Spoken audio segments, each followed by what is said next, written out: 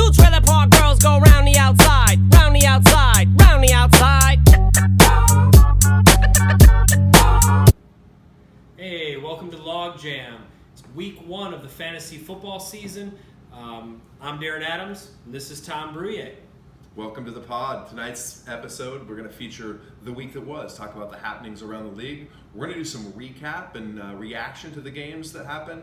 And then at the end, we're going to have a special interview. Last year's defending champion, Hebrew Hammers owner Ari Kays is stopping by tonight. Nice. Sounds like we've got a great podcast for you. We're going to try to pack a lot in for you here. But before we get to all that, we do have to take care of some business. We could not do this without the help of our sponsors. We'd love you to support them, and we got to thank Cleo McDowell.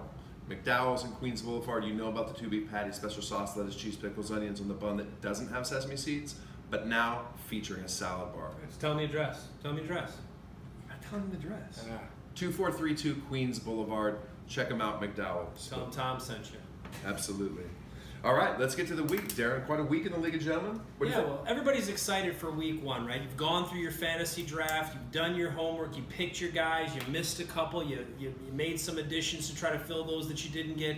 But it's like Christmas morning, you get that lineup in and you're ready for week 1. I think we all pretty much felt that way. Man, it was Christmas morning, and we got some fantastic football, exciting games around the league from Thursday night back to Monday.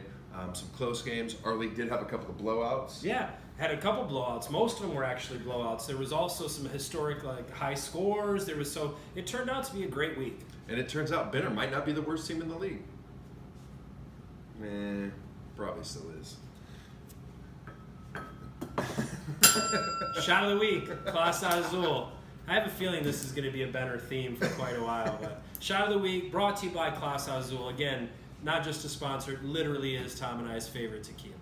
Absolutely. So it was a great week. We'll start breaking down the matchups. The first one, Avalon Avengers and Hebrew Hammers. The defending champ versus the all-time points leader. We were expecting a barn burner.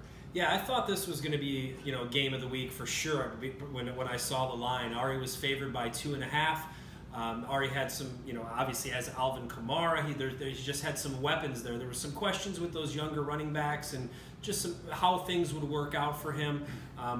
And then again, Tom without Le'Veon Bell was a question. So how would the Avengers fill that spot this week in a real tough matchup against the ex-champ?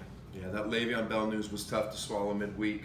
You have Julio going in game 1. You're happy, but I'm generally a pessimistic fantasy owner, and I didn't know what was going to happen, and I just hate losing to Ari. So, well, I saw this as basically a coin toss when I saw the line. I will say that I thought Tom was probably going to win this game just based on the amount of talent he has at those premier positions. But I would have not been shocked if Ari won this game. All right, without further ado, let's get to the game. See what happened. And that brings us to the game of the week, an exciting matchup between the Avalon Avengers and the defending champion Hebrew Hammers. Unfortunately, the Hammers come up short in this one, 4.4 points shy. The Avengers, 155.7, shuts the Hammers down, taking them one step closer to being the rubber mallets for the year. Game started out fast. Julio Jones did what Julio Jones does on Thursday night. He put up 31 fantasy points, felt like a good place for the Avengers. As soon as the game starts Sunday morning, I think Alvin Kamara put up the first TD that morning. You knew that was going to be a big sign for the Hammers and a big day for Kamara, which it was. The action in those morning games centered around that Tampa-New Orleans game. Drew Brees, Mike Evans put up 74.3 points for the Avengers. Kamara musters 46.1, and you're brewed with excitement, but an early lead for the Avengers. Sunday afternoon was mostly Russ Wilson and Manny Sanders. Big comeback in Denver. Ari got a little bit cocky, sent that text for the late jinx, giving Zeke the TD, and then they have that margin set. After the Sunday night games, 18.7 points going into Monday night. The only player on the field, Brandon Cooks, 14.3 points. He was so close. They were driving at the end, caught one pass out of bounds, another long pass in the first half with the pass interference, takes points off the board for your Hammers, and it's a big win for the Avengers. As for the Hammers today, everything focuses on AK-47. He had 9 catches, 112 yards, 1 touchdown, put another 2 balls in on the ground, 8 runs for 29 yards.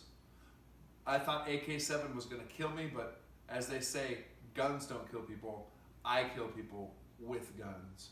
So I was able to last through the Kamara siege. Russ Wilson, 19 of 33, 298 yards through the air, 2 points shy of the bonus, 3 TDs, 2 INTs. That's some more points off the board, but a good day for Russ. The Minnesota D came up big, 4 turnovers. The high point, the Mike Hughes taint, touchdown after interception. 25.1 out of Minnesota is a fantastic output out of your defense. Any post-mortem about the Hammers game has to center on Doug Baldwin and Travis Kelce. We're talking about, I believe, an ACL strain or tear for Doug Baldwin, long-term outage, but more importantly in this game, 0 points. Travis Kelce, 1.6 points. Harkens back to that trade when he gets rid of the Hill and the Hunt, ends up with 1.6 out of what looked like a fantastic Chiefs offense. You wonder if there's a little bit of regret there. The other thing, looking back for the Hammers, 5 players on his bench, any one of which slotted into a flex play, put enough points up that could have been a difference in the game. Going to be a little bit of soul searching, but with Alvin Kamara, you know you're going to be in every game for the Hammers. As for the Avengers, 155.7 is a nice total. You typically think of the Avengers as a running back dominant team. That wasn't the case today. Zeke puts up 17.6, Carlos Hyde 13.5. You know, the real exclamation point, Le'Veon Bell and the bench. Not necessarily inexplicably, but should be traveling with the team anytime soon, but that holdout could be a while. Zeke, 15 runs, 69 yards and a touchdown. Also got a touchdown from Hyde. He got 22 carries, which is fantastic in the Cleveland offense. Big story of the day for the Avengers, Drew Brees. 6th overall pick. He slings it around 45 yards, 439. He gets the double bonus, 3 touchdowns, 43.6 out of Brees is a fantastic number. We talked about Julio at 31. Mike Evans puts up 30.7, 7 catches, 147 and a touchdown. Really good production out of the wide receivers. If you're looking for holes in the Avengers, it's defense and kicker. He's been known to not really give a shit about any of those teams, and it might have come back to haunt him today. Luckily, it didn't. Negative 5.8 for the Chargers, 0 out of the kicker. Gonna have to do better there. Bright spot of the tight end. Doyle came out, did fantastic. Kittle on my bench is a good bright spot, so looking forward to a fantastic year. Well, I mean, that was a heck of a game. Congratulations, Tom. Thank you. It's a big win. It's great to get that first one off the board. Sometimes it feels like a monkey on your back. I'd love to, apologize about beating all right, but I'm not that sorry. No. The next matchup we had was the Pimps versus the Zorros. Yeah, Zorros came into this one a heavy underdog. Pimps, obviously we talked about them doing a huge rehaul going into the year. They were a heavy favorite. Some of the moves the Zorros made might make you think they were worried about baby fatigue. Maybe their mind isn't on the league 100%. Darren, how did you feel the week before the game? This matchup I felt good on, other than the fact that the Zorros possess Aaron Rodgers, and we all saw, what could happen there. I felt good. I knew that Tom Brady and Gronkowski wanted to make a statement in this game, so I was ready for that moment. I felt good about the solid line. All right, that being said, let's check out the highlights and find out what happened in Pimp Zorros. In a great matchup this week, a historic event, the Pimps scored 278 points to defeat the Zorros, who put up 127 points. Now, normally 127 points would be a great number, puts you in most ball games, but not when the Pimps come to town. The home opener was ruined for the Zorro by the Pimps' visit. We're a very well-balanced attack. Every single position down the board had double digits, including the kicker, who scored 16 points. The Rams' defense with 18.5, but the real power came from that Brady-Gronk combination. Brady finished with 27.3 points, and Gronk had 26.3. So just a huge output from that New England offense, which is what the Pimps expected when they made that trade with the Zorros. So this was kind of a homecoming for those two players who, I don't know if they didn't appreciate being traded, but they definitely made a statement. It was nice to see Todd Gurley put up his traditional 26.7 points. Golden Tate, the only bright spot for the Detroit Lions, with 20.9 points. And then that waiver find that you just really hope earlier at some point in the season comes through with James Conner. 37.2 fantasy points. The Pittsburgh Steelers don't miss a beat. Looks like they have a really nice fill-in until Le'Veon decides to honor his contract and come play football. Even on the bench, Adrian Peterson had 22.6. So a really great job by the Pimps, put up a massive number, and again, a historic number, somewhere in that 1, 2, 3, probably 2, 3 range of all-time scores. The Zorros with the 127 had Aaron Rodgers. If you guys saw this game, historic game. Aaron Rodgers coming back on one leg, 3 touchdowns, 30.9 fantasy points, but getting hurt, that really hurts the Zorros. We'll see how he comes back. Speaking of hurt, Leonard Fournette put up 8.5. Probably a disappointment with only 41 yards before he went out with a hamstring injury.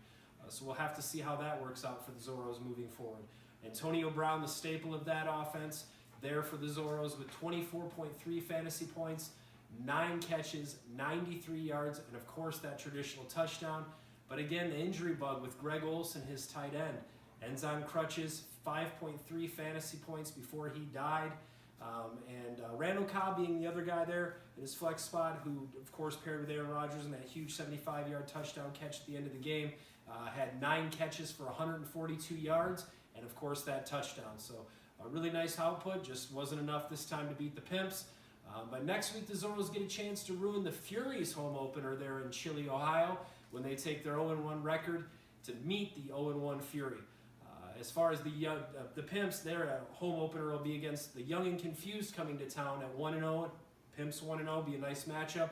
This is the home opener again for the Pimps, so they'll be doing that toilet bowl ring giveaway from the 2018 season, or from last year, sorry. The first 5,000 fans, come on in, get your toilet bowl rings, boys, and again, congratulations to the Pimps. Well, as you saw, that was an unbelievable performance from the Pimps last night. I'll be honest, Aaron, it felt like your guys could have scored more. That could have been a 225-point output. Well, there was a couple opportunities, but I'm not going to complain about them. For the most part, they got it done. That moves us to the next matchup. Pooh Bag on Fire and the Poway Titans. Yeah, I believe the Poway Titans were an 11.5-point dog in this match. Incorrect. He was a favorite. Oh, he's a favorite. Favorite Yeah. coming in at 11.5 points to beat Pooh Bag on Fire. I kind of think that's probably what I thought was going to happen. Although I will be honest, I still question the fact that Billy's going to use, 7 Chargers in his starting lineup. That's true. 2 teams both picked by the commissioner to be middle of the pack. An early game like this could have a lot of playoff implications. Yeah. Let's go see what happens. See what happened.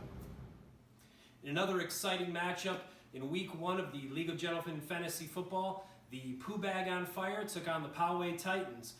It didn't turn out to be an exciting matchup as the Pooh Bag on Fire put up 75.8 points and was beaten by the Poway Titans, who put up 157.7 points. So quite an output by the Titans. Pooh Bag on Fire with their 75.8 had Odell Beckham contribute 25 points. Even going against the Jags defense and Jalen Ramsey, he still came through for Steve. 11 catches, 111 yards, no touchdowns. Dalvin Cook is #1 running back, put up 13.5, very respectable. The problem was with New Orleans defense, as that selection that Steve took, they actually got whooped by Tampa Bay. So they had a negative 11.2 effect on his point total. But even you could have had the 85 Bears as a defense, and it wasn't going to cover the deficit of 81.9 points, which was the highest point total deficit in Week 1. So congratulations to the Titans. Steve did leave Jay Ajayi on his bench with 20.2 points and 2 touchdowns. He had a 2-point conversion. And we all know Mark Ingram's coming back in a couple weeks to help out Steve's squad. Billy, on the other hand, I said earlier that there is only one ball and it's not going to be enough to go around for the Chargers. I'm eating crow. I'm wrong. Phillip Rivers, 41 points, 424 yards, and 3 touchdowns. Mel Gordon, 30.6 points. And then Keenan Allen, the wide receiver for the Chargers, even had 27.8 points with 8 receptions, 108 yards, and a touchdown.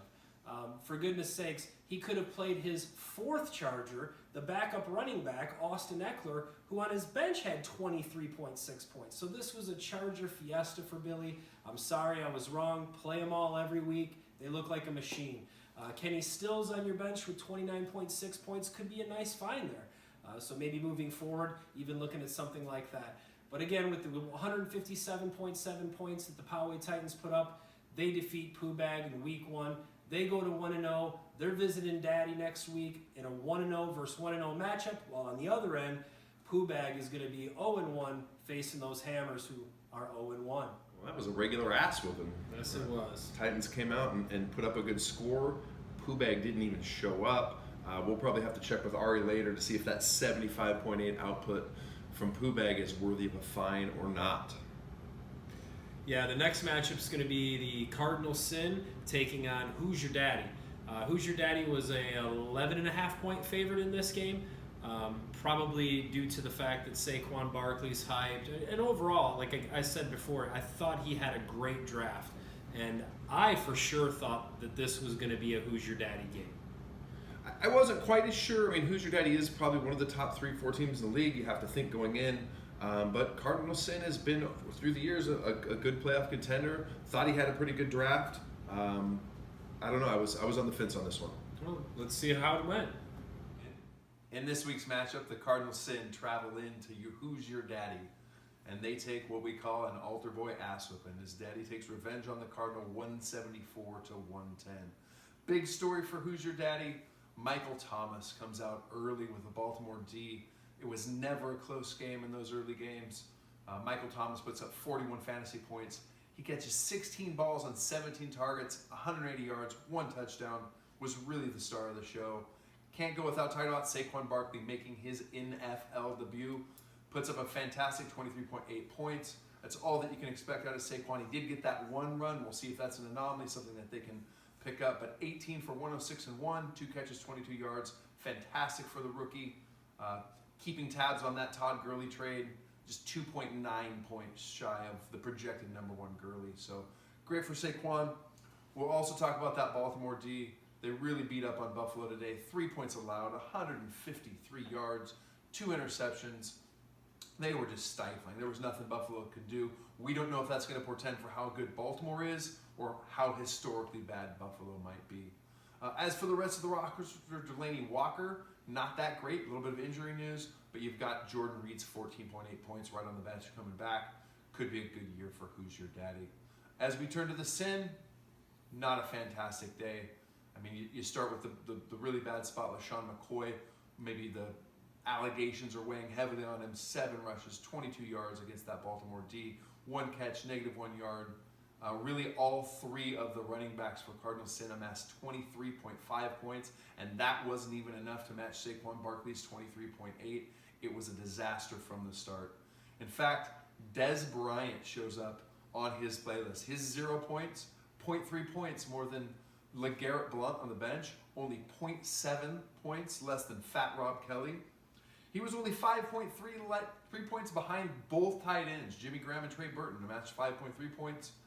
And you talk about the 2 starting running backs in Alex Collins and LaShawn McCoy totaling 10 points. Not a great day for the Sin. The lone bright spot, Andrew Luck, 26.5 fantasy points. He throws the ball 53 times, completes 39 of them, 319 yards, 2 touchdowns, and his arm's still attached. Apparently the neck is okay. That's a good sign moving forward. A.J. Green puts up a little more than pedestrian 19.2, 6 catches, 92 yards. You get a little bit of Jarvis Landry on the bench.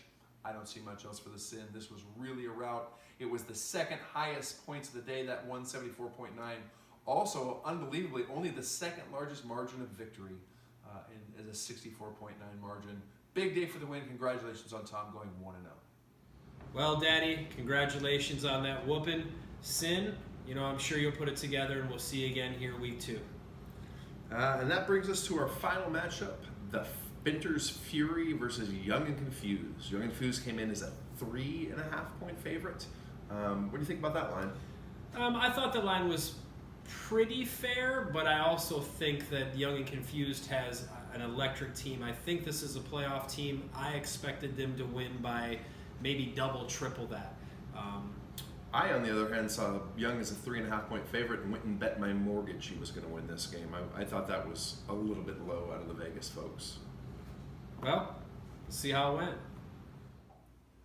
Week 1 matchup featuring Young and Confused versus the Fury.